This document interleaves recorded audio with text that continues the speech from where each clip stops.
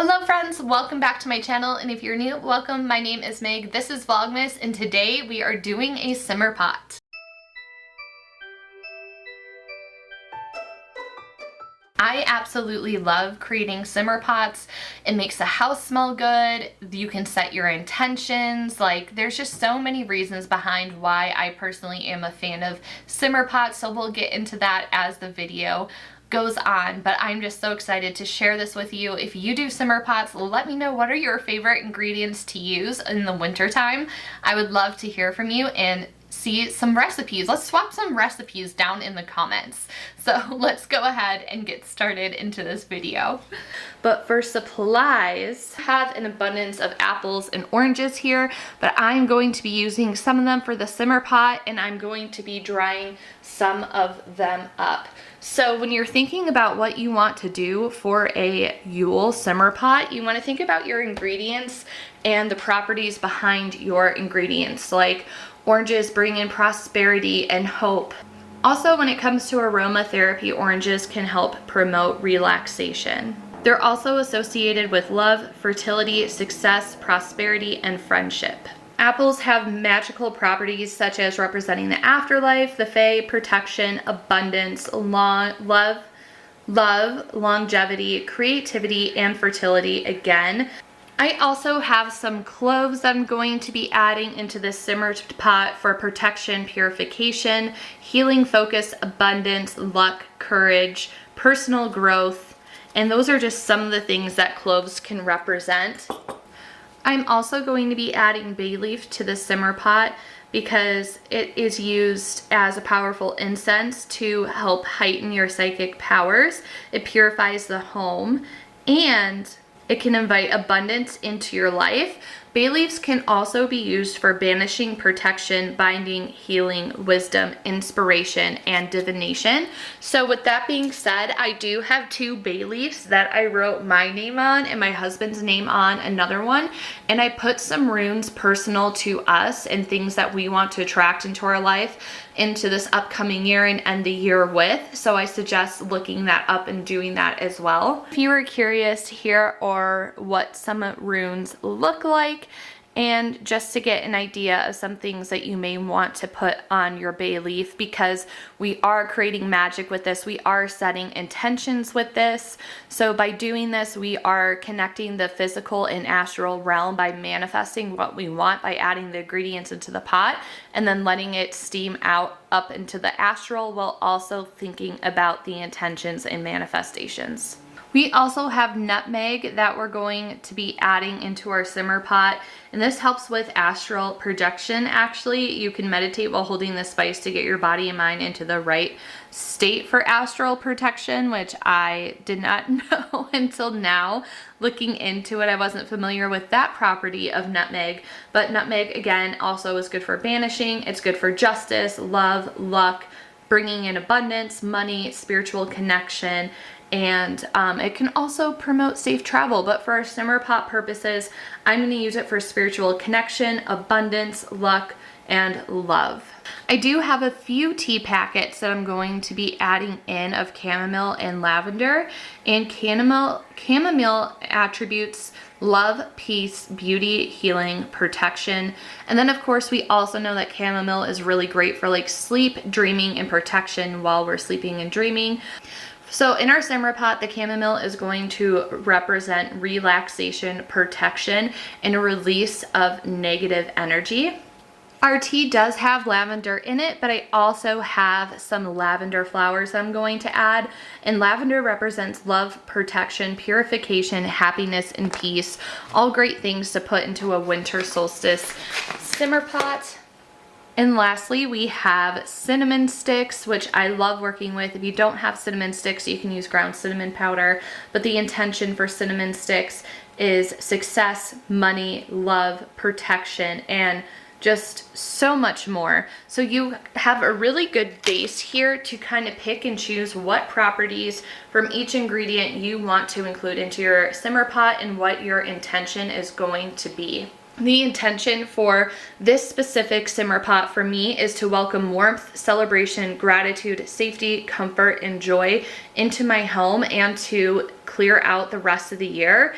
This is especially great for colder, darker months, so this is a really great winter solstice simmer pot. And the spices do become more fragrant the longer that it simmers. So what do we need to do? You want to think about your intention as you're cutting up your ingredients or adding your ingredients into the pot. I want you to think about every single ingredient.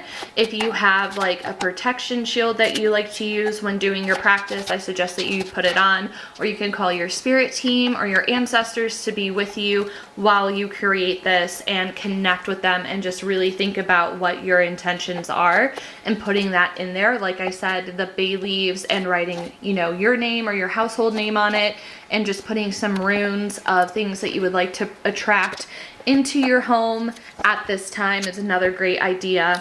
After we have everything in the pot, you want to fill it with water. What we want to do is bring this to a gentle boil and then promptly reduce it to a simmer.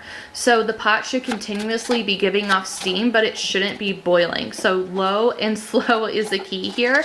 It can last up until about 10 hours, but if you don't want to do it for 10 hours or you don't have 10 hours on your time, you just want to do it a little bit at a time, I suggest that you just let it cool down, cover it with foil, keep it on your stove, and then the next day or whenever you want to get back to it, you can just fire it right back up.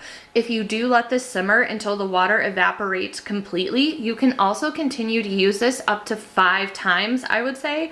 You can get up to 5 different uses with this. But if you did let the water evaporate completely, I suggest only filling it up about halfway so you still get that nice fragrant smell.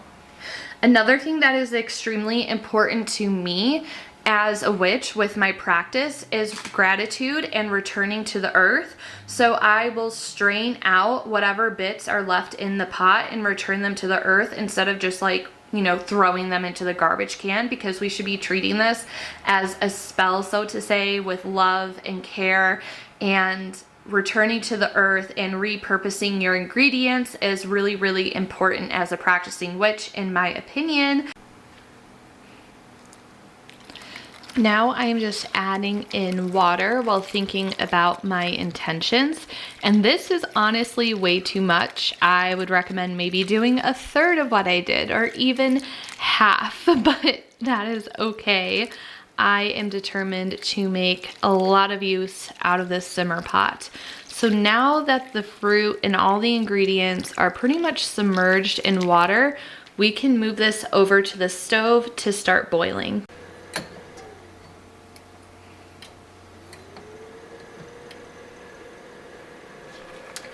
One last thing I totally forgot to add is some sprigs of rosemary. I have a couple packs of these because I'm going to be drying a lot of them out to use for altar stuff, but I totally meant to add in the rosemary, and rosemary is amazing because it represents the sun, because it grows in full sun, just like the orange represents sun, lemon represents sun, and part of winter solstice celebration is a celebration of the sun being out longer and the darker days being behind us. So rosemary is a key ingredient to this. I just forgot it because it was in my fridge.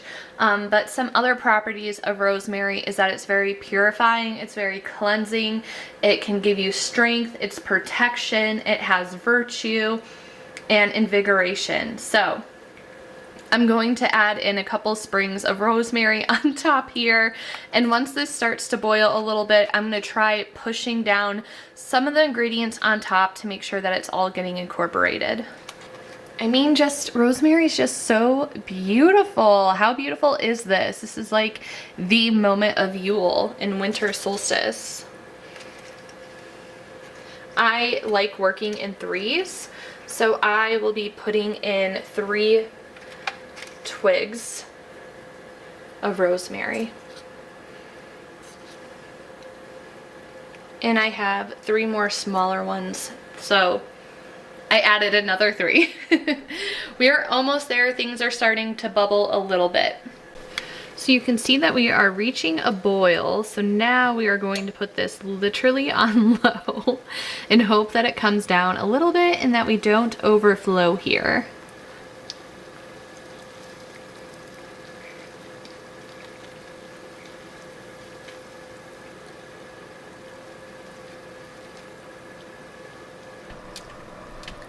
You can see how we're not quite boiling. There's just a very slight simmer, but there's still a lot of steam coming off the pot. So this is what we want to keep it as long as we have this going. We don't ever really want to bring it back up to a boil again unless it's the next day and we're restarting. I started this simmer pot yesterday and I, as you saw in my simmer pot video, overloaded it. So we are going to fire this baby back up today. I'm going to bring it to a soft boil and then, as usual, turn it down on the lowest heat possible. Let it do its thing. So let me know, what simmer pots do you like to put on for winter solstice? Is this something that you're going to give a try? Let me know down in the comments. As always, thank you so much for your time and energy in this video. I do have a video about Yule and what I'm doing to celebrate Yule coming up soon, so be sure to subscribe for that, and I will see you in the next one. Bye, everyone.